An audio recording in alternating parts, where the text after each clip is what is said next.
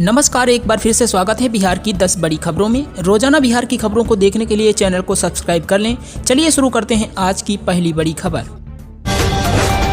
लालू यादव की बड़ी बेटी बोली, पीएम मोदी को जेल भेजेंगे, इंडी गठबंधन सरकार बनी तो ये पक्का। लोकसभा चुनाव को लेकर पक्ष और विपक्ष के नेता एक दूसरे पर लगातार हमलावर हैं। एक और भाजपा लगातार लालू परिवार पर हमला बोल रही है, वहीं दूसरी ओर लालू परिवार भी एनडीए सरकार पर सवाल उठा रही है। अब राष्ट्रीय जनता दल के सुप्रीमो लालू प्रसाद यादव की बेटी और राजद प्रत्याशी मीसा भारती ने पीएम मोदी और भाजपा पर हमला बोला। मीसा भारती ने कहा कि पाटलिपुत्र लोकसभा सीट से मुझे काफी समर्थन मिल रहा है। समर्थन इसलिए मिल रहा है कि जो 2 बार इनको समर्थन मिला देश के लिए, जनता के लिए और बिहार के लिए, इन्होंने कोई काम नहीं किया। जनता त्रस्त हो चुकी है। महंगाई और बेरोजगार के मुद्दे से जनता परेशान है। रेलवे में वैकेंसी काफी कम हो गई। मोदी सरकार ने 2 करोड़ रोजगार का वादा किया था, लेकिन कब तक निभाएंगे पता नहीं।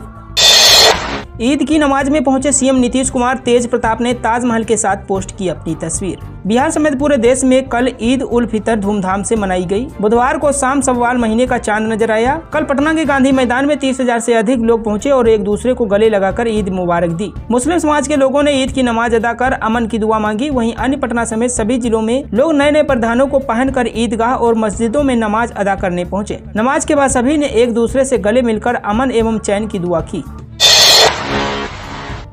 बिहार में चुनावी अभियान के दौरान विरोध, अमित शाह वापस जाओ और भाजपा मुर्दाबाद के लगे नारे। लोकसभा चुनाव के दौरान नेताओं के लगातार विरोध हो रहे हैं। यह विरोध तब हो रहा है जब वह क्षेत्र में घूम रहे हैं या फिर आम सभा के लिए पहुंच रहे हैं। इस तरह अब नेताओं का विरोध होना और काला झंडा दिखाना आम बात हो चुका है। इसी क्रम में औरंगाबाद लोकसभा क्षेत्र के गुरारू में चुनावी सभा के लिए केंद्रीय गृह मंत्री अमित शाह पहुँचे। केंद्रीय गृह मंत्री अमित शाह के पहुँचते ही भाजपा मुर्दाबाद और अमित शाह मुर्दाबाद के नारे लगने लगे। हेलीकॉप्टर लैंड होते ही कुछ लोगों ने अमित शाह वापस जाओ, लालू यादव तेजस्वी यादव जिंदाबाद के नारे लगाने शुरू कर दिए। इस पूरी घटना का वीडियो सोशल मीडिया पर वायरल हो रहा है। हेलीकॉप्टर लैंड होते ही कुछ लोगों ने गुजराती वापस जाओ के नारे लगाना शुरू कर दिए। हालांकि सुरक्षा के पुख्ता इंतजाम होने के कारण नारेबाजी करने वाले लोग केंद्रीय गृह मंत्री के समीप नहीं पहुंच सके।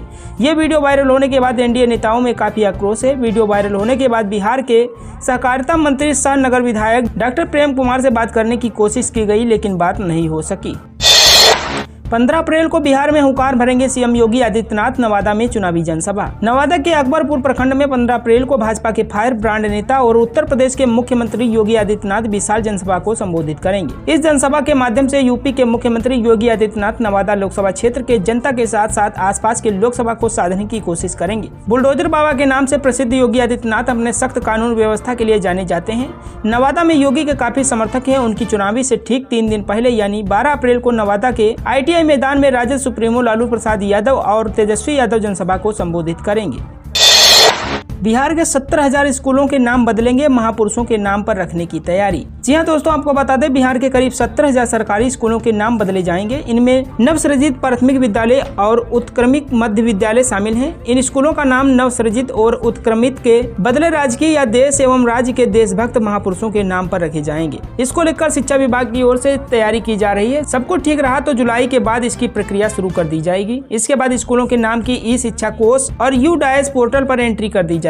स्कूल उसी नए नाम के साथ जाना जाने लगेगा। शिक्षा विभाग भागलपुर समेत प्रदेश के सभी 38 जिलों से नवसृजित तथा उत्क्रमित विद्यालयों की जानकारी लेने में जुट गया है। शिक्षा को बढ़ावा देने और आम लोगों तक शिक्षा पहुंचाने के उद्देश्य से ग्रामीण इलाकों में नवसृजित प्राथमिक विद्यालय खोले गए थे। इसके तहत बीते 2 दशक में प्रदेश में बड़े पैमाने पर नवसृजित विद्यालयों खोले गए। हालांकि जमीन और भवन के अभाव में इनमें से अधिकतर स्कूल नजदीकी विद्यालय में टैग कर दिए गए, जबकि हजारों विद्यालय कहीं पेड़ की छांव में तो कहीं किसी के घर या उनके दरवाजे पर संचालित किए जा रहे थे। सरकारी स्कूलों के बच्चे अब सीखेंगे बागवानी के गुर, पटना के 565 स्कूलों का हुआ चयन। जब बिहार में सरकारी स्कूलों के बच्चे बागवानी के गुर सीखेंगे, पटना जिले के 565 स्कूलों का इस परियोजना के लिए चयन किया गया है। जिले के सरकारी स्कूलों में बच्चों को पढ़ाई के साथ ही बागवानी के गुर सिखाने के लिए पोषण वाटिका तैयार की जाएगी। इसके लिए जिले में 565 स्कूलों का चयन किया गया है। सूची में वैसे स्कूलों को शामिल किया गया है जहाँ ऑर्गेनिक फार्मिंग के लिए पर्याप्त जगह और सिंचाई के लिए पानी की सुविधा है। पहले चरण में मई माह से स्कूलों में ऑर्गेनिक फार्मिंग की शुरुआत की जाएगी।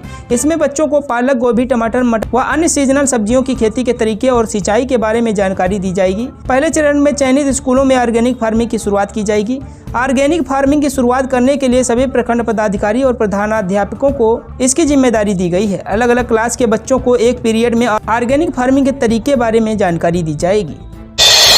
सहारा निवेशकों के लिए खुशखबरी, जल्द मिलने वाला है ब्याज समेत पूरा पैसा, अमित शाह ने दिलाया भरोसा। सहारा इंडिया कंपनी में निवेश किए गए पैसे को लेकर काफी लोग लंबे समय से परेशान हैं। ऐसे में यदि आपने भी सहारा इंडिया कंपनी में अपने पैसे को रिफंड करवाने के लिए काफी लंबे समय से इंतजार कर रहे हैं, वहीं सहारा निवेशकों के लिए बड़ी खुशखबरी सामने आई है। बिहार में एक चुनावी रैली को संबोधित करते हुए केंद्रीय गृह मंत्री और सहकारिता मंत्री अमित शाह ने भरोसा दिया कि निवेशकों का पाई मोदी सरकार वापस करेगी। इस मामले पर काम चल रहा है। देरी को लेकर उन्होंने कहा कि कोऑपरेटिव और कंपनी दोनों में इन्वेस्टमेंट को लेकर परेशानी हो रही है, मगर निवेशकों का पैसा लौटाने पर काफी तेजी से काम किया जा रहा है। गया के गुरारू में जनसभा को संबोधित करते हुए अमित शाह ने कहा कि अभी कुछ लोग सहारा समूह में लगाए गए पैसे की पेमेंट की बात कर रहे थे। अमित शाह ने कहा कि नरेंद्र मोदी सरकार ने सहारा के कोऑपरेटिव में जितने लोगों का इन्वेस्टमेंट है वो सारा इन्वेस्टमेंट वापस करने का निर्णय किया है। अभी आपको जो तकलीफ हो रही है वो इसलिए पड़ रही है कि कुछ तो कोऑपरेटिव के डिपॉजिटर हैं और कंपनी के हैं। अभी कोऑपरेटिव का शुरू किया है, 10,000 तक ही नहीं, वो जितना पैसा वसूला है वो सारा दे देना है, आप चिंता मत कीजिए।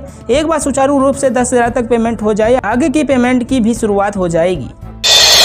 नीतीश कुमार की पार्टी को बड़ा झटका, जेडीयू की इस नेता ने दिया इस्तीफा। जब मुख्यमंत्री नीतीश कुमार की पार्टी को एक बार फिर झटका लगा है। जेडीयू की एक महिला नेता पिंकी भारती ने पार्टी के सभी पदों से इस्तीफा दे दिया है। पिंकी भारती नवादा से पूर्व जिला परिषद अध्यक्ष रही हैं। जेडीयू में प्रदेश सचिव के पद पर थी। उन्होंने जेडीयू के प्रदेश अध्यक्ष उमेश कुशवाहा को बुधवार 10 अप्रैल को इस्तीफा पत्र भेजा है। पिंकी भारती ने अपने इस्तीफे से संबंधित पत्र को फेसबुक पर भी पोस्ट किया। पिंकी भारती जिले की कद्दावर महादलित महिला नेता है। पिंकी भारती ने कहा कि बहुत ही भारी मन से उन्होंने खुद को जेडीयू से अलग किया है। अपने फेसबुक पोस्ट में कहा कि जेडीयू ने मुझे पहचान दी है, सदैव आभार रहेगा मेरे लिए। ये बहुत ही पीड़ादायक क्षण है। जिस संगठन में मैंने राजनीति की आंख खोली, जहां राजनीतिक जन्म हुआ, उस दल को छोड़कर जाना पड़ रहा है। पिंकी भारती ने यह भी किया कि पिछले कई दशकों से नवादा लोकसभा क्षेत्र राजनीतिक पर्यटन बनकर रह गया। एनडीए व बीजेपी पर तंज कसते हुए कहा कि सांसद नवादा का बनते हैं और सेंट्रल स्कूल और इंजीनियरिंग मेडिकल कॉलेज अपने गृह जिले में सिफारिश करते हैं। मेरा जमीर मुझे गठबंधन धर्म निभाने से रोक रहा है, ऐसे में मेरा इस्तीफा देना ही उचित है।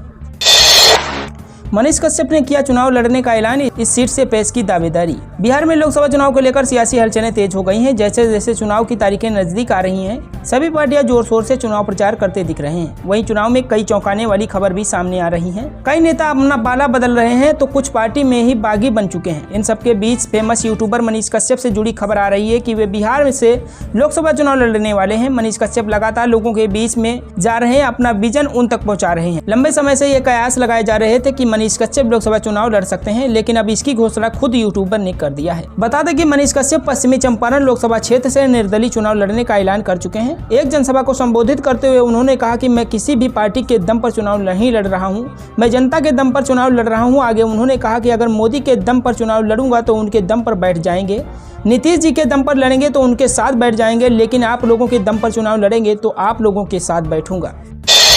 जेसीबी से तालाब में चल रही थी खुदाई, अचानक मिली भगवान विष्णु की प्राचीन मूर्ति। बिहार के शेखपुरा के बरबीघा के जयरामपुर थाना क्षेत्र के तोईगढ़ गांव में तालाब में खुदाई के दौरान चमकीले पुराने पत्थर की बनी भगवान विष्णु की प्राचीन मूर्ति मिलने से स्थानीय ग्रामीणों की भीड़ उमड़ पड़ी। काले पत्थर की प्राचीन मूर्ति को देखकर ग्रामीण खुश हो गए और उन्होंने बड़े उत्साह के साथ मूर्ति की साफ सफाई की। फिर तालाब के तटबंध पर बने हनुमान मंदिर में मूर्ति को स्थापित कर दिया। ग्रामीणों ने मूर्ति की पूजा पाठ शुरू कर दिया। स्थानीय लोगों ने बताया कि बिहार सरकार के जल संसाधन विभाग द्वारा गांव में करोड़ों रुपए की लागत से 22 बीघे में फैले तालाब की खुदाई करवाई जा रही है। इसी दौरान जेसीबी से खुदाई चल रही थी, तभी जमीन के अंदर से अजीब आवाज आई। जेसीबी मशीन ड्राइवर के साथ खुदाई कार्य में जुटे मजदूरों ने जब मिट्टी हटाई तो विष्णु भगवान की मूर्ति निकली। तालाब से निकली मूर्ति बहुत ही चमकीले पत्थर से निर्मित है और प्राचीन काल की है।